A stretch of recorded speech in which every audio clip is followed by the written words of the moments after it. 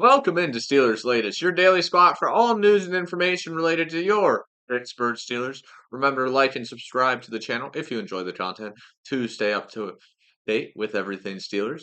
But we got big news. It's finally happened. Aaron Rodgers has signed, and he will be in town. Signed the dotted line, and the 21-year vet will be suiting up for the Steelers. Hopefully, this long wait was worth it for Rodgers.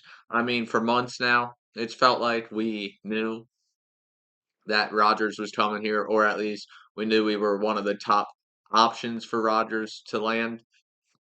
And now, all I gotta say is, if he can be 70% of what his peak was, like, I think this team's gonna perform really well. We could be real dangerous if he's at 70% of maximum Aaron Rodgers at this point of his career. But those 2 years with the Jets, the injury, missing his whole first year with them, and then last year, I know it was 28 touchdowns and 11 INTs, but a lot of it in garbage time. Not gonna lie, a lot of it when they were out of the game already.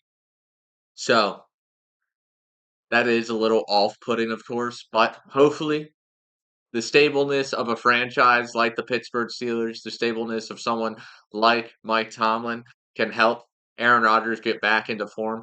And even if the stats happened in moments where, they were out of games, 28 touchdowns to 53% completion percentage at 3,897 yards are still better than all of our quarterbacks added up last year between Russell Wilson and Justin Fields. Those stats added up don't match Aaron Rodgers' touchdowns, yards. I mean, the completion percentage, I guess he is a little more down. The interceptions were up for Rodgers last year. One of the 4 seasons he's thrown 10 plus interceptions. But I do think him being with the Steelers, with a stable organization, can maybe push him to have one of those Brett Favre first year in Minnesota type years and possibly make a run for something in the playoffs. I think we will more than likely now make the playoffs with Aaron Rodgers. But let's talk about what this offense can look like with someone like Aaron Rodgers. And I do think it can be really dynamic. I think this offense can has the potential to be as balanced as any offense in the league with our run weapons and our pass weapons. It's really going to depend, though, a whole bunch on this offensive line. If our young talent on the offensive line can continue to develop,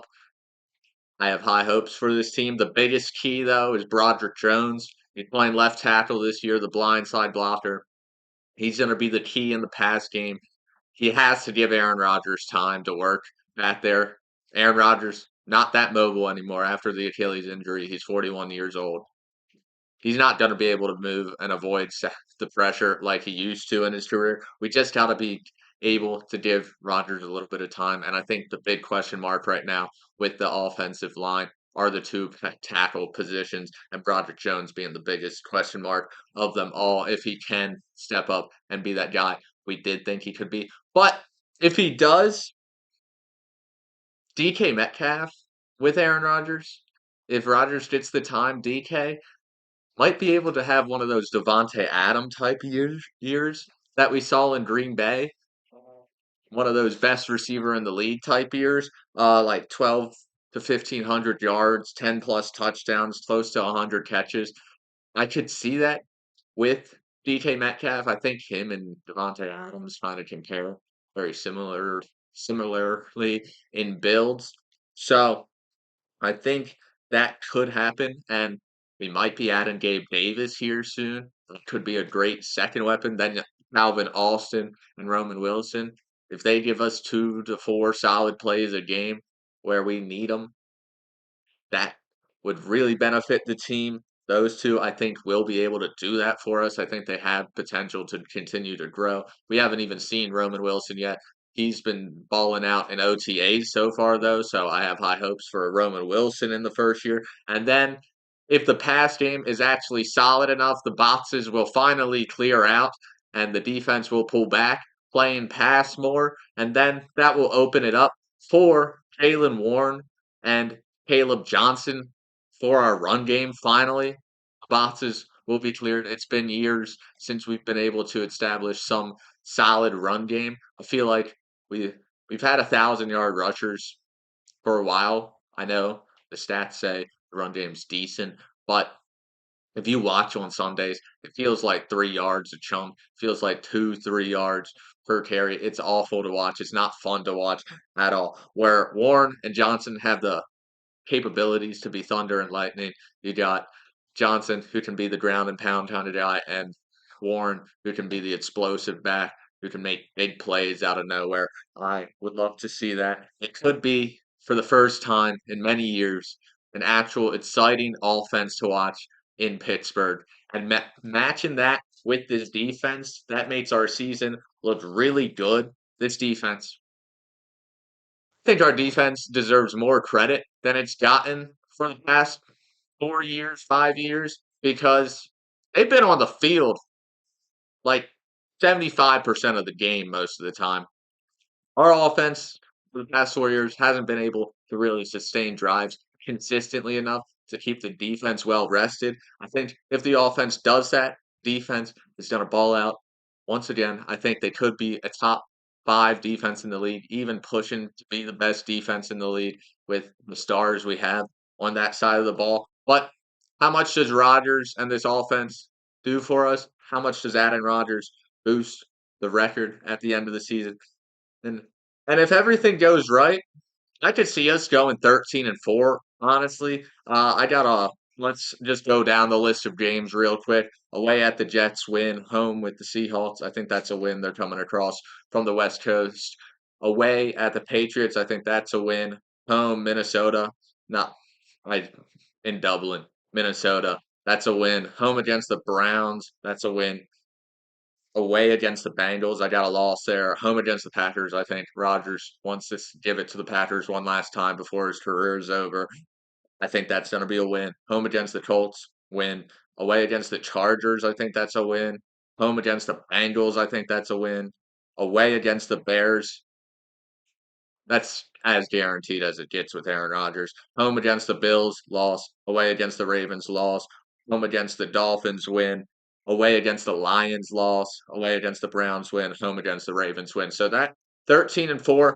Once again, the tough part of the schedule is in the second half. So if we can win as many games in the first half as possible to set it up easy for us in the second half with a little less pressure on our backs, as we push for the playoffs later in the season, I think it will be beneficial, and I think the schedule really does line up for it too, for us to get off to a hot start with Aaron Rodgers, considering the Jets have a new quarterback, the Seahawks have a new quarterback, the Patriots, Drake May's in his second year, but they have a new head coach. Minnesota has basically a rookie quarterback with J.J. McCarthy getting his first starts in the NFL. So those are all, I mean, I don't think they'll be fully settled in to their new schemes, to their new environments just yet. So I think they're all a good chance for us to get a win, even though, I mean, Rodgers is a new quarterback. So hopefully he can settle in quick. And I think with someone like Mike Tomlin's as steady as it gets, as consistent as it gets.